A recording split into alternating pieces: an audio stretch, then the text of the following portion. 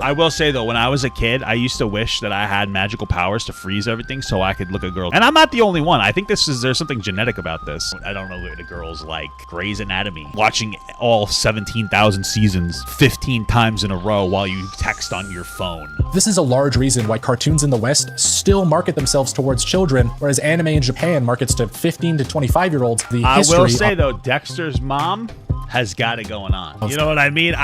They knew what they were doing. Danny Phantom, Dexter's Laboratory, Clarence. Who were those moms for? It's for me.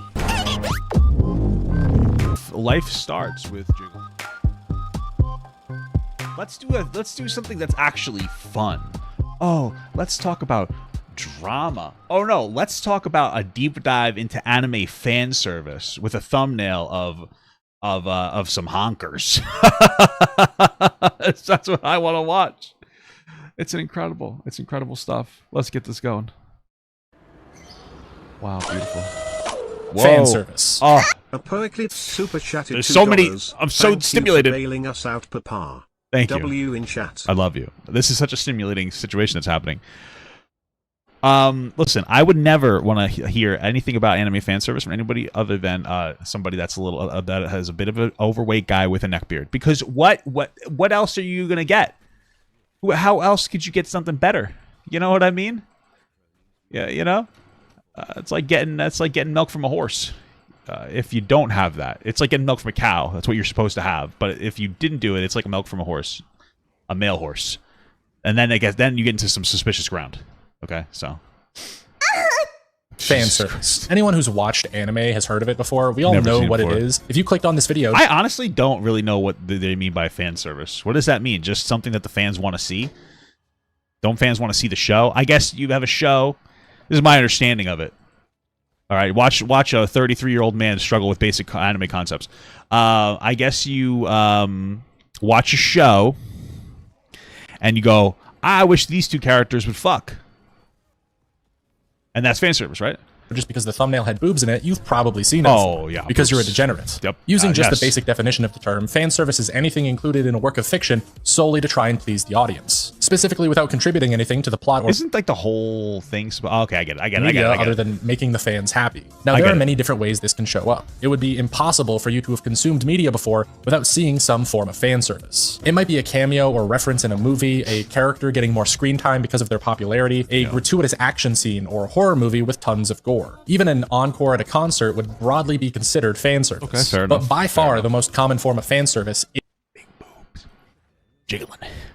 Jiggle physics. That's actually why the Unreal Engine created physics, was to jiggle titties. People don't know that. This is a fact, I think. This is somebody... That's a fact, I think. That this is a thing. It's fucking crazy. People don't understand it. They just don't get it. They don't understand it. Oh, wait. Oh, I'm so stupid. I'm going to die now. Oops, I didn't mean to die. Is the sexual kind. And I would say even more specifically, the anime kind. Because while the term still has that broader definition... This hero is shit on this map because you're supposed to be able to take over destroyed towers, but since the towers just turn into the enemy's towers, I couldn't do it, so... Most of the time you'll hear the words fan service, it'll be in reference to an anime with tons of lewd imagery. Skimpy outfits, bouncing breasts, panty shots. My favorite... Okay, get this off the screen. Wardrobe malfunction. Get it off the screen. How does that... My favorite fan service is when she's like, oh...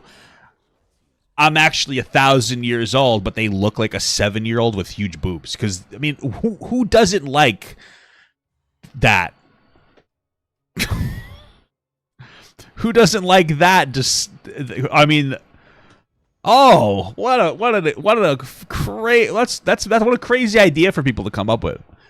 And also, what a crazy thing for people to support.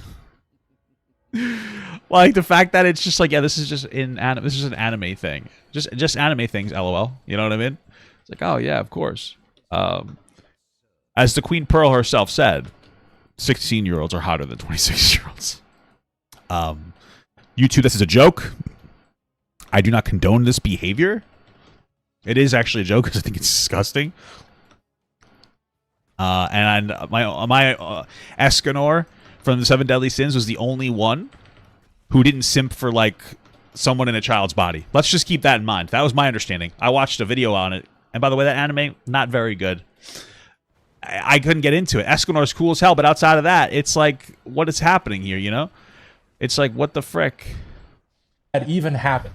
While media outside of anime and manga still include tons of sexual content, from shirtless dudes to bikini-clad women to Bitterly the super entire... chatted That's just a child. $22.05. I just wanted to thank you and Mama Gut for your content. Oh, thanks. I I appreciate that. appreciate you so much and wish you happiness, health, Thank you. strong relationships and success in every way possible, you silly geese. It's funny because my wife yesterday was actually wishing me happiness. She looked at my penis and said, "Ha! That's a penis?" So I appreciate that. I do really appreciate that. Thank you for the very generous donation.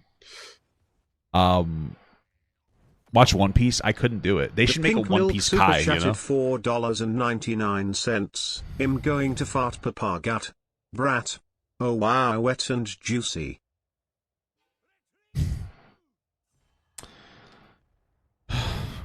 Thank you so much for the donation. Entire male cast of Game of Thrones penises, most of the time anime is still the only place you'll hear that sexualization referred to as fan service. And this is all widely regarded as a negative. Well, I feel like it's a difference though, because like when you get like a little bit of, if you get a nice, honking Hodor, which is what they just showed us, I get how that's like kind of like a funny little scene that's fun.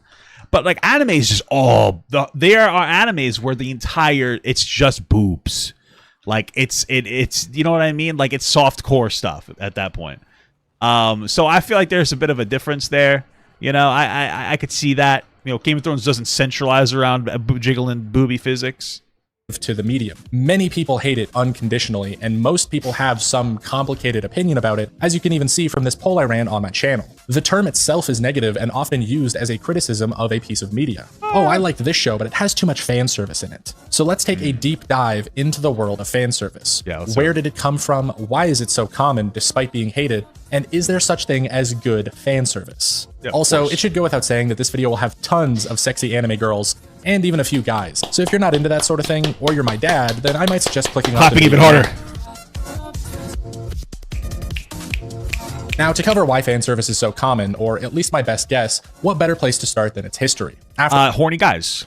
Done. We've answered the question. This video could have been 15 seconds long. After all, it wouldn't be a Lectorious video without an unnecessary amount of research. And as it turns out, the first recorded piece of media meant to pander And a really uncomfortable looking futon. to the audience with sex was a French film named Menina la fille sans voix, or Menina the girl without sails. I hope I got that pronunciation right. I only took French in school for like 9 years. The film featured the character of Menina, a woman in a bikini, which at the time of release in 1952 was considered very risque for American audiences. And so when the movie was released in America, it was of course renamed to Menina, the girl in the bikini, even though Menina does not show up or wear a bikini until almost 2/3 of the way through the film. And none of this has anything to do with anime. That's like typical YouTube clickbait. You know what I mean? It's like you centralize the entire title over something that happens for 4 seconds. So that makes perfect sense to me. That's just a YouTuber world thing. I just think it's really interesting to talk about because the sexualization of women to pander to a male audience has existed for such a long time, entirely separate to the anime community. Yeah, I mean, who doesn't like boobs? You know what I mean? It's crazy. But the first ever anime to include pandering of the sexual variety was a little series called Cutie Honey.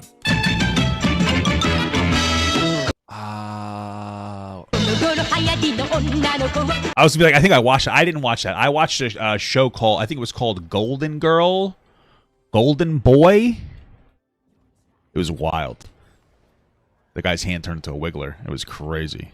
It was actually insane. Cutie Honey was a magical girl shonen manga originally created in 1973 by Go Nagai. It featured the titular character, Honey Kisaragi, having to transform from a Catholic schoolgirl into a magical superhero to defeat villains and save the world. The sexual element of the story then comes from Cutie Honey's design being a busty anime girl, as well as the fact that she loses all her clothes for part of her transformation. This brief nudity, as well as most of the show's plot, actually came from a retooling early in development, where it was originally intended as a shoujo series, meaning meant for girls, before they failed to make the time slot, and had to change into a shonen series, meaning meant for boys, to be aired. The shoujo version of the series didn't actually contain any PG material, but with the change in audience, the show's creator decided to add nudity and more violence. Whoa! Where can I watch this? In order to pander to the male audience, and thus... I mean, is that pandering, though? How do we define pandering?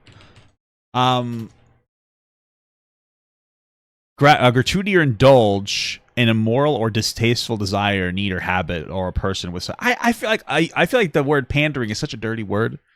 Like, I think that there is generally going to be a different design for something for boys versus for girls. Like, I don't think that that's huge, like, necessarily pandering. It's just striking your target audience, you know, making it a little more violent. Dudes like a little more violence, putting a little more titties in there. Guys like titties, you know?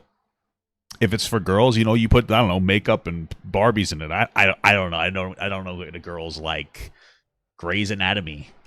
This watching all 17,000 seasons 15 times in a row while you text on your phone. I'm assuming that's a girl thing, right? Oh, I don't know what to do. Oh, what if I just watch Grey's Anatomy again while I sit on my bed with the air conditioning on and pretend to watch it, and then like somehow miss massive plot points that I will never understand about the show. It's like flashing lights at that point, you know? Fan service in anime was born. And fun fact, Cutie Honey is credited as the first shonen anime with a female protagonist. Okay. So, cool. Girl power, I guess. Woo, though boobies. Cutie Honey did end up becoming a very popular franchise. Through the years, the show had its original anime spawn tons of spin-offs and sequels, including a live-action movie and tie-in show directed by Hideaki Anno, creator of Neon Genesis Evangelion. And let's actually talk about Anno for a second, because he is a key piece in the history of fanservice. While anime and manga, especially in the magical girl genre, followed in the footsteps of Cutie Honey, pursuing more and more overt nudity and sexualization, it was actually Anno's studio Gainax that further pushed the envelope. Because before Gainax was officially created in 1984, the founders actually started off creating fan films for the Japanese sci-fi convention Daikon in 1981. Their studio was originally called Daikon Film, and the first animations they premiered were called Daikon 3 and 4, named after the third and fourth convention they premiered at. The fan films are what you would expect of an animation group formed entirely of college students attending a sci-fi convention, featuring everything from a mech battle between Macross characters and Godzilla to a lightsaber fight between an anime girl and Darth Vader, all to the soundtrack of one of— That's pretty fucking awesome, bro. That's some fan service I could get behind. Fucking Darth Vader fighting anime people. I mean, I watched the anime Star Wars thing. It wasn't too bad. But some of the stories were terrible. I'm going to be honest with you. Some of them were awesome. Like the samurai episode, I mean, you couldn't get any better than that. But outside of that, some of them were just fucking terrible dog shit. The James Bond films, as well as an Electric Light Orchestra song. More important than the blatant copyright infringement, however, was Daikon 4's appropriation of the Playboy bunny suit on its main character, as this was a very skimpy outfit at the time, which would go on to be a staple of sexy anime girls everywhere. And once Gainax officially— Yeah, what's with the bunny? I don't get the bunny thing. That's the thing I don't understand. Like, as a guy, like, I don't understand it. I mean, I get it intuitively. For some reason, seeing a girl in bunny ears is like, wow. That enhances the visuals that we're experiencing. But from a logical perspective, what the heck is even happening there? You know what I mean? Like, why? What's the bunny? What does it do? What does it trigger in a brain? I don't want to do bunnies. They eat their poop. Who would want that? I just don't get it. Formed from the members of Daikon Film, they would take the sexualization to all of their future works. The first major influence of Gainax was actually Hideaki Anno's directorial debut, Gunbuster, in 1988.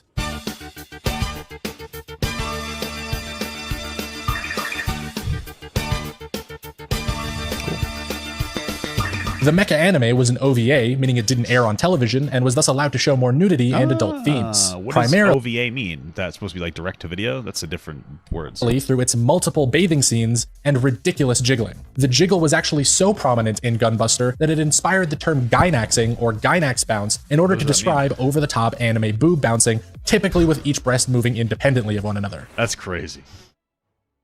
The amount of detail that you have to put in, the amount of effort you have to put into just making the boobs jiggle is fucking impressive and disturbing at the exact same time. It's fucking wild.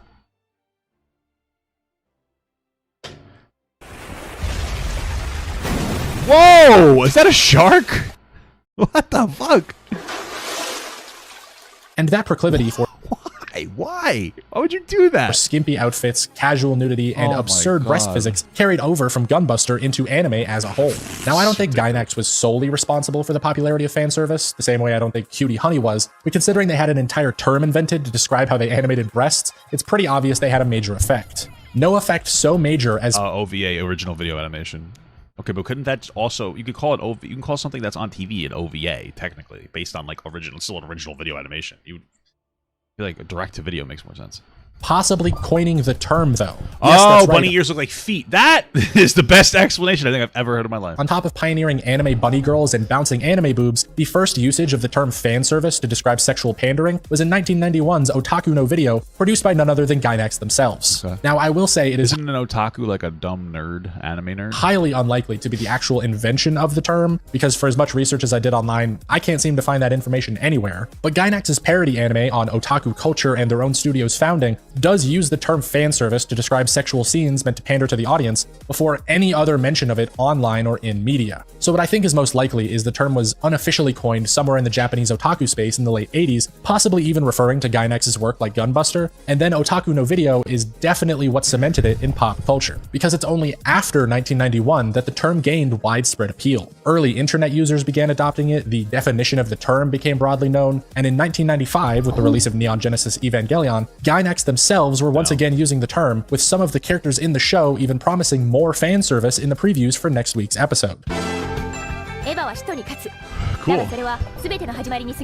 Which is incredibly funny when you consider just how critically acclaimed Evangelion is, that this deep exploration of trauma, religion, and the human psyche started off as a mech show with girls in latex suits made by the jiggling boobs guys. Yeah, I mean, like, if you think about it, where else life starts with jiggling tits, you know what I mean? You know, you have to get invested in a project to really feel it. So if you... That's the thing. You got to put the heart and soul as the boobs. And then once you get there, you're like, wow, I'm really passionate for some reason. Who knows why? About this project. Like, let's really add some incredibly powerful themes to this project next, you know? That's how it works, man. That's just how it works, brother. Makes perfect sense to me.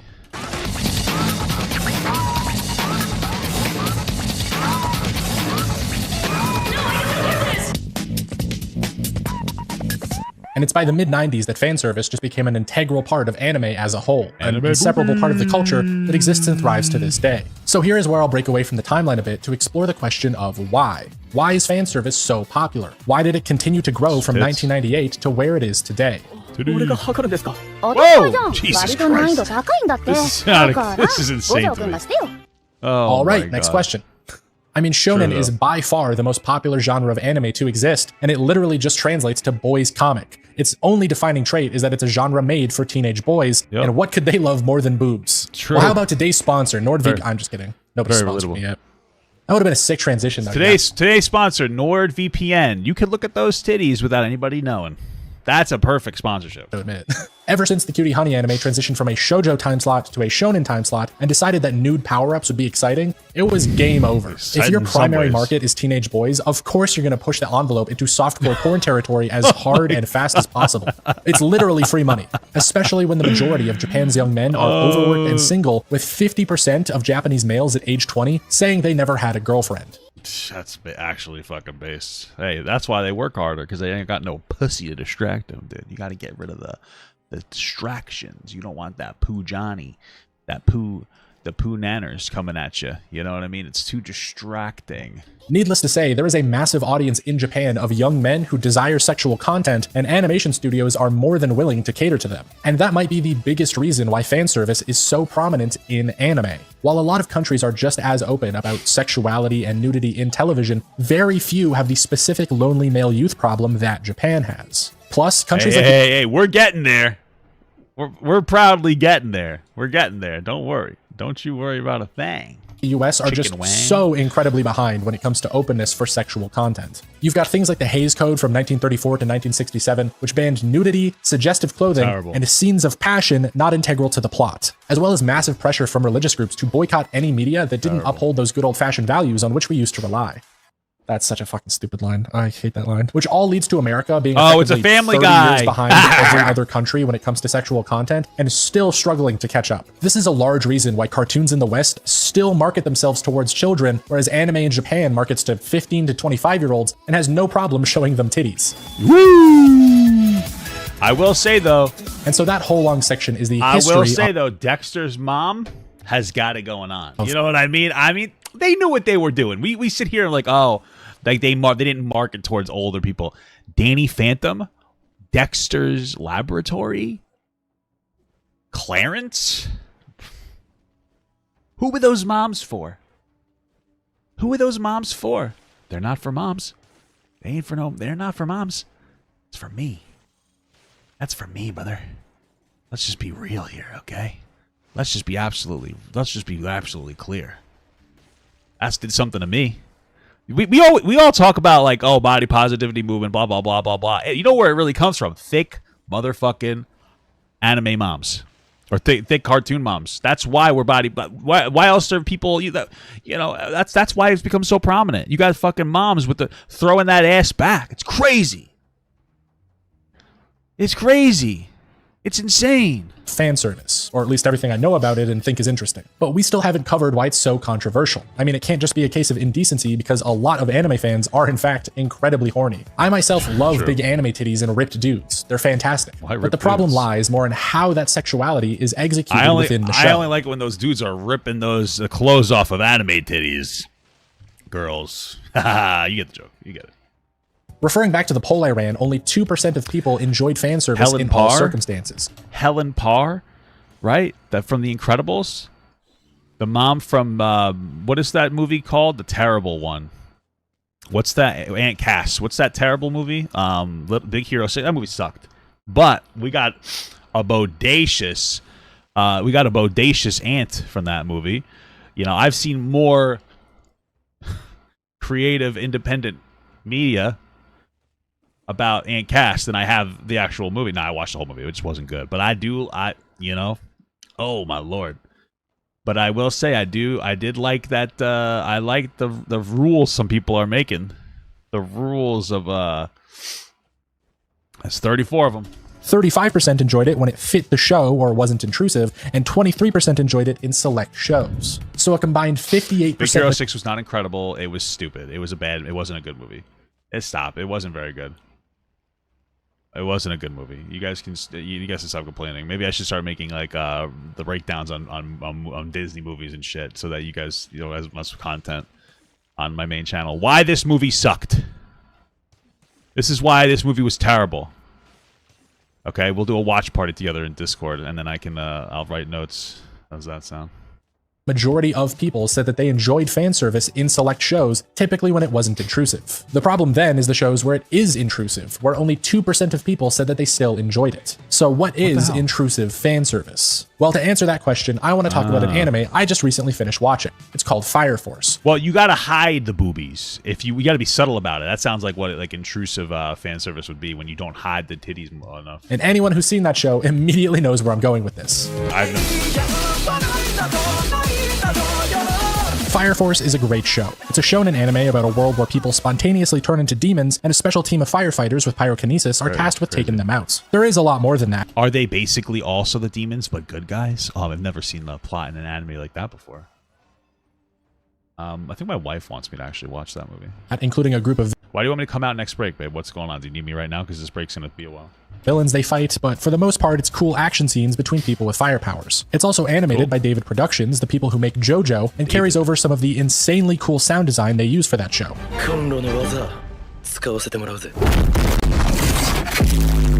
That's pretty cool.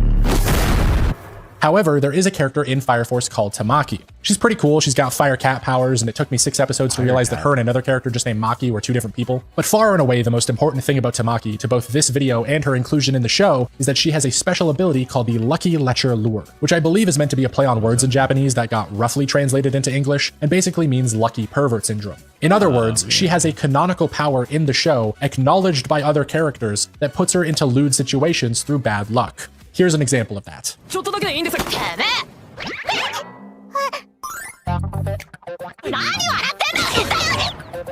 think that's sexual assault. I think we just witnessed a crime. I think we just witnessed a crime. I think we witnessed a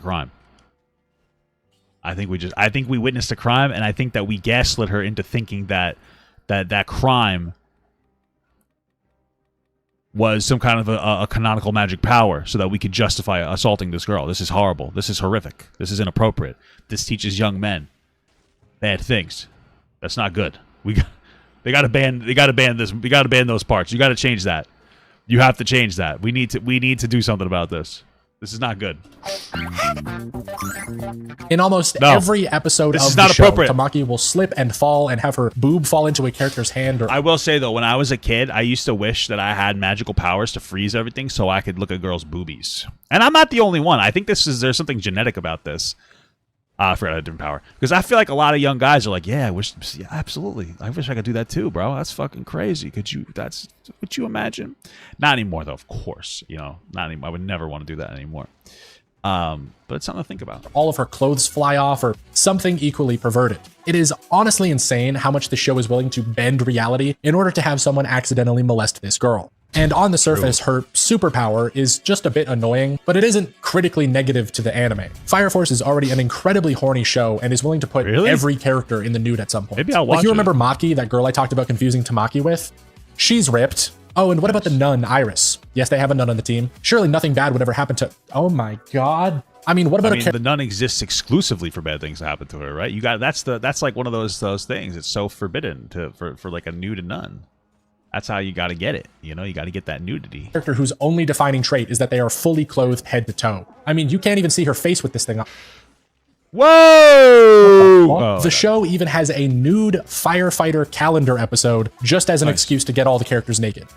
Oh, and I don't even mean the girls. It's the boys this time. Hey, the at least they're sharing the wealth. Entirety of Fire Force is just horny, which is totally fine because that's just the tone of the show. But what does become a problem at some point is Tamaki, because she is sexualized to such a degree that the fan service becomes her only defining character trait. Not only does she get into unfortunate... It's like the Flanders effect, but with titties. Situations in every episode for no other reason than to give the audience a boner, but the fan service actively interferes with the plot and her character. Now, I'll try not to spoil anything, but Tamaki at some point ends up getting ambushed and beat up trying to protect some kids. Same. She's not the best fighter and almost gets beat to death by a character she previously trusted, leaving her a bruised mess in the ground where our main character Shinra has to save. Tamaki looks up at Shinra, crying, begging him to save her because she's so emotionally overwhelmed at what's happening. He steps up like the hero he is and begins fighting the bad guy, and then this happens.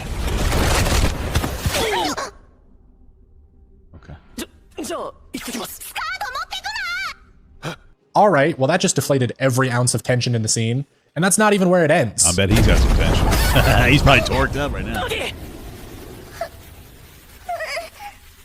Like, why would only her clothes get burned off? Like, give her some third-degree burns, you know? Give her some melted skin. That would be fucking more realistic, at least, you know?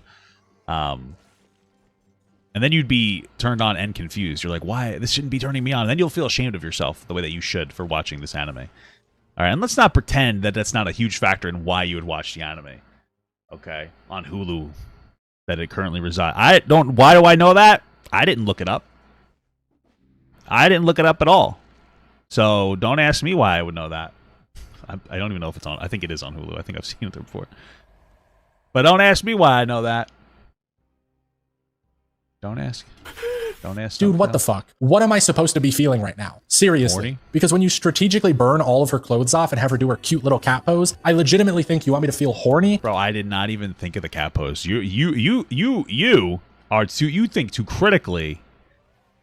That's a little too much of a critical thought you had on that one, bro. That's wild. Looking at a character who was almost just beaten to death. And Tamaki continues to be in this weirdly erotic outfit for the rest of the fight. She even gives Shinra a serious emotional speech while looking like this. Okay.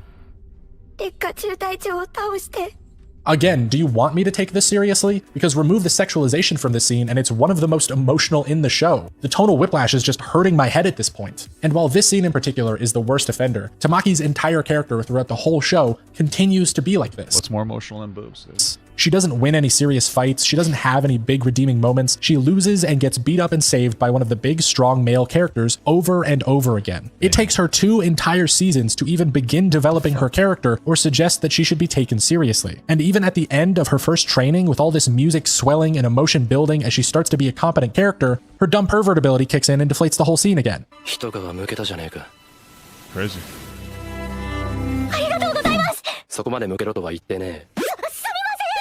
Tamaki is the textbook definition of a fan service character. Her whole reason for existing within the show is a vehicle for sex jokes and horny moments. That's it. I mean, listen, she's just taking away all the sex jokes from the other girls. She's protecting those girls. She's a shield, you know? Well, she's not doing that because they seem to do it to everybody, but that's my theory from someone who's never watched it before.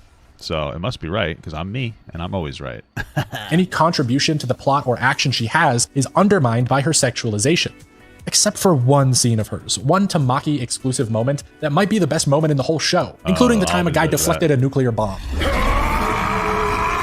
I mean, that guy looks pretty awesome. That's like the character that I would gravitate towards. He seems like more of like the, I like the mentor characters, the older mentor characters are my favorite. Always been, don't know why, I've always resonated with it. Maybe it's because I didn't have a dad. I don't know. I don't have a dad. How did that hit me? Are you fucking kidding me?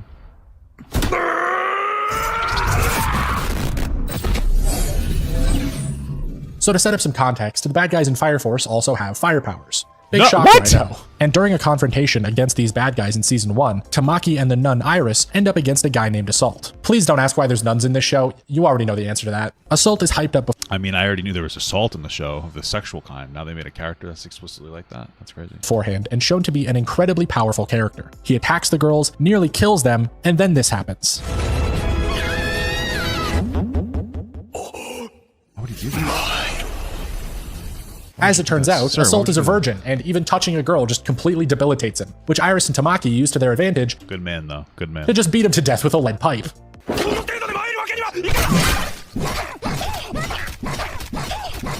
It's a great subversion of tropes, an incredibly funny scene, and it's not even the one I'm talking about. Because much later, near the end of Season 2, Assault recovers from having his brains bashed out and challenges Tamaki to a rematch. And the show goes through his training arc, where he locks himself inside his room and watches porn for a month straight. I've been there, brother.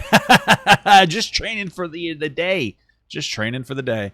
You know, just training for the day. Something's going to happen. Sometimes you train and you don't even know what you're training for. But you know that you're training. You're training for something. You have to be sure you're ready. You're ready for anything. You never know when you're going to be in fight and girl pulls her tits out. You cannot be startled. You cannot be stunned. You must be strong. It's a real thing that happens. You just don't get it. In order to get over his incredible horniness. They then have their rematch, and this happens.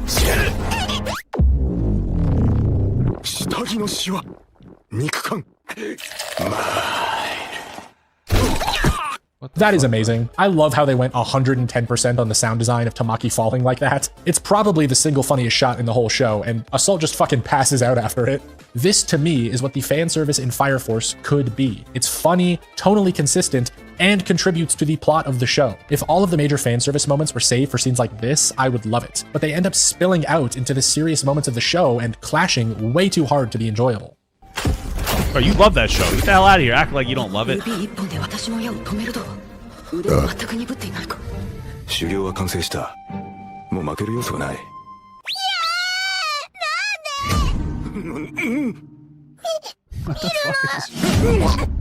What the fuck? Oh my god. My wife wants to watch this show. That's the funniest part. She's like fucking yelling at me in the chat, and then she's like, "Well, we're gonna watch the show." It's crazy because women are all like women are like just as horny as dudes. You know, it's disgusting. It's disgusting. The bigger picture, I don't think fan service itself is bad. While some people might object to it just on the basis of being too lewd, that isn't really the problem. I mean, if you're not okay seeing boobs in a show where a villain literally explodes a guy, that seems like a you problem. Fan service, more often than not, lightens up the mood of whatever it's put in. It will deflate the tension, it will overshadow the seriousness, it will, if done incorrectly, clash with any serious tone you're going for. You can certainly put fan service like Fire Force's into comedic scenes, because sex jokes work very well. You can put it into lighthearted scenes because it adds levity, but there are just some types of scenes that fan service like this should not be a part of. And the worst fan service elements in anime, the ones that turn people against it entirely, are when it's put into those types of scenes anyway. You'll have a dramatic or serious conversation punctuated by a middle school titty joke. It just isn't given the same level of maturity as the rest of the elements in the show, because to a lot of people, including its creators, fan service is still childish and immature by its very nature. Discussing the history and definition of the term, we know that fan service isn't added to a show for the same reason that the other elements are. It's to excite 15-year-old boys. It's to please the audience. It's to service the fans. So it's almost always put in with way less thought than any other element of the show. And that just doesn't work. Again, I have no problem with Tamaki vs. Assault because the whole premise is absurd. And I wouldn't have a problem with Tamaki's weird cat cry if they hadn't chose to be immature at a serious moment. Just keep her in her regular outfit, which is already very fan-servicey. It just blends in better because it has reason to exist. Going off of that, you can have entire shows crammed full of fan service that are still done well because they know how to use it. Just look at Food Wars for an example of this. Never heard of. Why would I watch a show about food? Food Wars is a cooking show. The entire plot is a kid who's good at cooking goes to enter a competition to be the best cook. Standard anime plot. Pretty much just a shonen story, but with cooking battles instead of anime fights. But the entire appeal of the show is its fan service, because every time someone eats a good dish in Food Wars, well, this happens. They do come. Okay. I mean, I've been there though, dude. Nobody's ever been food horny before, dude. It's like tingling in your fucking balls when you're real hungry. I get it. I've been there consistently. It's just a thing people experience. It's real. It's the most real thing I've ever heard in my life. So That happens every time. The food in this show gives people orgasms. Why is That's that good? just how it works. Is that a stupid premise? Yes. Yes. Is this show basically a hentai without the nudity? Also yes. But it isn't hiding any of that. Food Wars doesn't hide much of anything, actually. Food Wars wears its fan service on its sleeve. It is very open it about sounds like Fire Force does too. What's the difference? Why do you like? Do you just like these titties better? or being something? so sexual. And because it's a comedy, using busty women and ripped dudes in unexpected situations just blends right in seamlessly. The show uses every opportunity to make sex jokes or horny food scenes or Same ridiculous here. Me moments too. driven by anti-logic. And it will get every character naked to achieve I this. do the same Girls have goddamn food thing, brother. orgasms. Guys have food orgasms. The main character has food orgasms. Old men have food orgasms. The mechanic is that's my treated favorite entirely equally, which makes it even funnier when it happens to someone unexpected, not just all the hot girls. This equality also dissuades any idea that any specific character just exists for their sexiness. When every character on the show is sexualized, then none of them have to exist purely for eye candy. They can all be functioning characters because the show has I like no regular shortage of candy. characters to draw horniness out of. yes, And to top it off, the food orgasms even serve the plot, surprisingly enough. Because with an animated show about food, it can be very hard to show the audience how something might taste. We can see the delicious food, but how can we know what it's like to eat? That's Well, how just about a showing the picture. person eating it nutting their brains out while describing the food like it's sex? That's not only a very convincing way to relay how good it is to the audience, but also a built-in set piece in the same way Yeah. that special moves in shonen fights are. It's an excuse to go over the top and add excitement and crazy animation to something that in real life isn't that interesting to watch.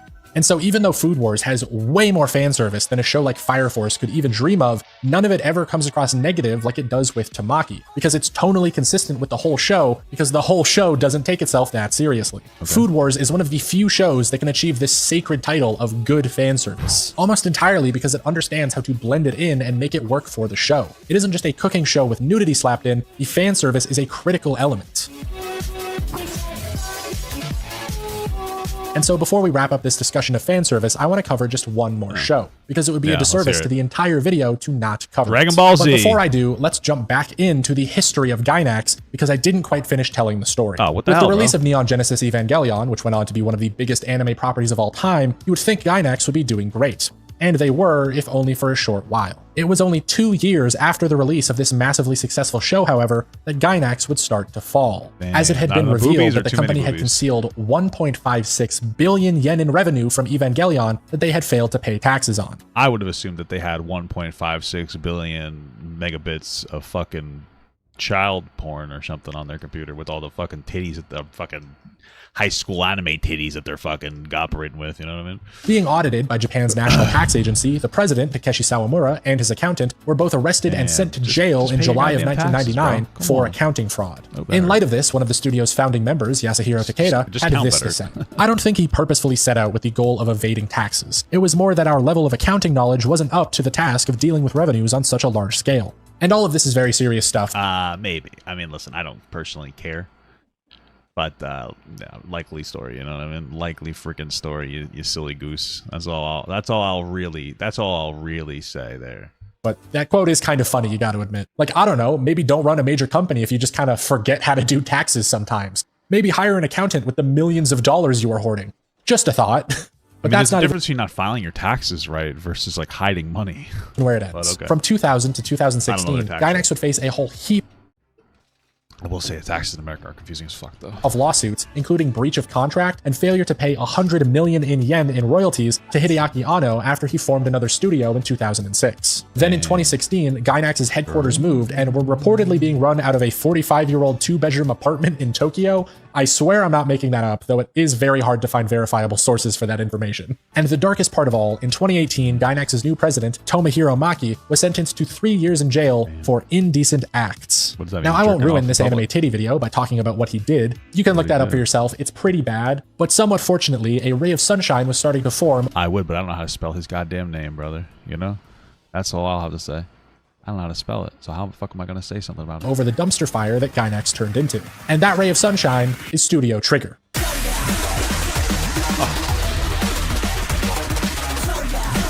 And also Kara, Hideaki Anno's new studio, but this is a video about anime boobs, not Evangelion.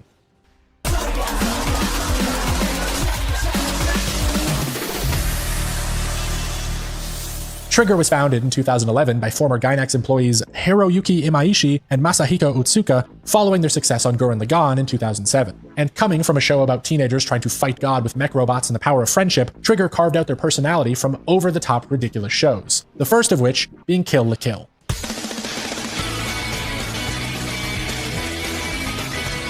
Kill la Kill is the fan service show. That's the only way I can describe it. Over half a century of jiggling titties and panty shots have all led up to this one show. That looks like Kill la Kill is a shonen story following our female protagonist, Ryuko Matoi, as she searches for her father's killer by enrolling in the prestigious and militaristic Hanoji Academy. The school's leader is the fearsome Satsuki Kiryuin. They all look the same, Kiryuin. The school's leader is the fearsome Satsuki Kiryuin, who Ryuko challenges in order to learn the truth. This leads to various members of the school getting in Ryuko's way, who she must defeat to work her way up to finally confronting Satsuki. And all of this is typical shonen. The plot on its surface level is not any different to your typical male-centric battle shows. What separates Kill la Kill is everything other than that surface level plot. The way that powers work in Kill la Kill is entirely based on clothing. People have things called life fibers sewn into their outfits that give the wearer superhuman abilities. And Ryuko finds a special sentient piece of life fiber clothing. Just have a gun. Just get a gun. This gives you a fucking special power. A gun. You fucking shoot people with it. You know what I mean? Like, that's a special power, too. The hell you need special clothes? What a waste. Just give me a gun. Boom. Done. Called a kamui that gives her shonen protagonist level strength when she goes through a transformation from an ordinary schoolgirl into this.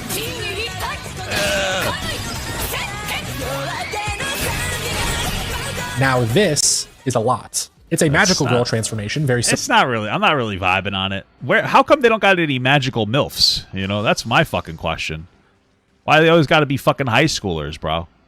Why can't you just give me some adults to jack off to? You know what I mean? Like fucking old Bulma. Yeah, she's pretty hot. Similar to Cutie Honey from back in 1973. And just like Cutie Honey, the magical girl genre that previously existed in shows for girls is being brought into a shonen with much more nudity. Much more nudity. And that's the point, because a lot of people, when they first see Ryoko's transformation, or Satsuki's transformation, since she has similar powers, are immediately taken aback by how ridiculous it all is. These are teenage girls. They're fighting in outfits that make lingerie look like a burqa in the most ridiculous, over-the-top battle sequences that show off every part of their body that the animators can think of. This must obviously be a show for horny men and nothing more than that. True.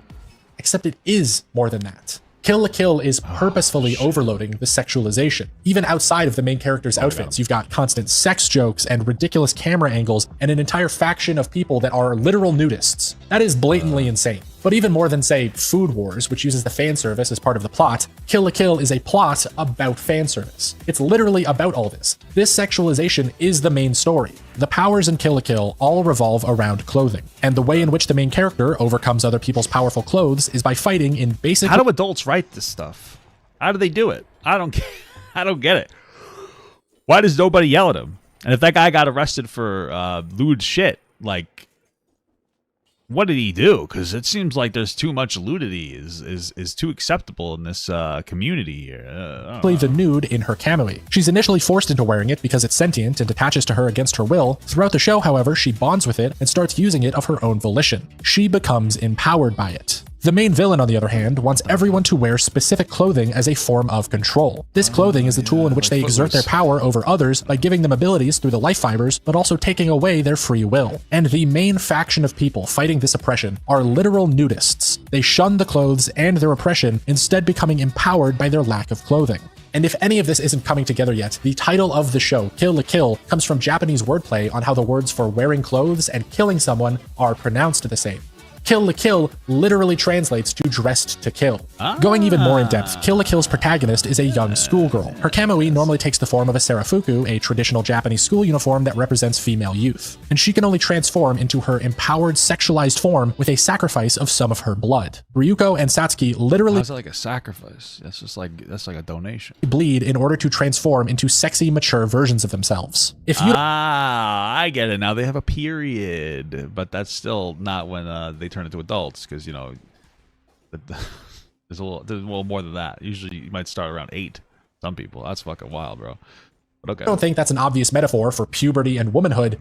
I don't think we're watching the same show. And going even more in depth, you can talk about the show's use of fan service. The show is painfully aware of how fan service can take power away from characters and uses that as part of the story. The fan service isn't meant to take away their power. They are wearing these outfits purposefully. They are aware of their sexualization and draw power through it. I mean, they made the story though, right? So they made the story to make, you know what I mean? They didn't have to draw it like this. They didn't have to make this the thing. And anytime the women are sexualized without their consent, it is very clearly used as a tool against them. It is meant to shame them, and they're meant to overcome that.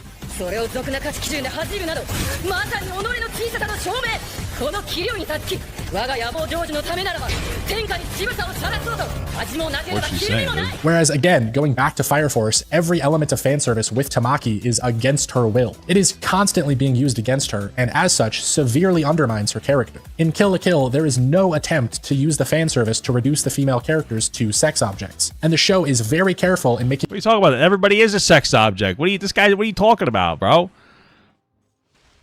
I mean, just because they made the sexualization part of the show doesn't make it like not sexualized. I mean, I guess it works with the narrative, but it's still fucking weird they made it like that, you know? Still a bizarre thing to do. Making you aware of that. So the whole of Kill la Kill, even further than being about clothing, is a show about female empowerment. It's about young girls becoming women and choosing to take power from their sexual— It's about fucking little boys jerking off to it. I don't know what the hell you're talking about. I think you might— hey, listen. What the fuck are you talking about, dog? I don't think it's that deep. I think it's just about fucking titties and shit, you know, and that's crazy. We don't gotta justify it. You know, we're men. Well, but men shouldn't really be watching this because this is a child, but you know, it's fucking crazy. I mean, but she's actually 7,000. Instead of letting it control them. And it's a show about fan service. It's a satire of the entire trope and a story about its use in media. Trigger is very explicit. It's like One Punch Man, but with titties. Makes sense. Explicitly questioning the audience's motivation for watching lewd scenes. It's pointing the spotlight at you to— No, it's not. What it's doing is when my mom walks in randomly and sees what's on the screen, she goes, "What the fuck are you watching?" It's like, no, I'm watching it for the plot. You know, and she's like, "I'm looking at the plot right now. That's a big plot you got going on right there, son. What are you doing? That's crazy." You know, reminds me of a story. I told the story a few times before, but the story, the short of the story is that I was watching porn at my mom's office. You know, when I was like 12 years old.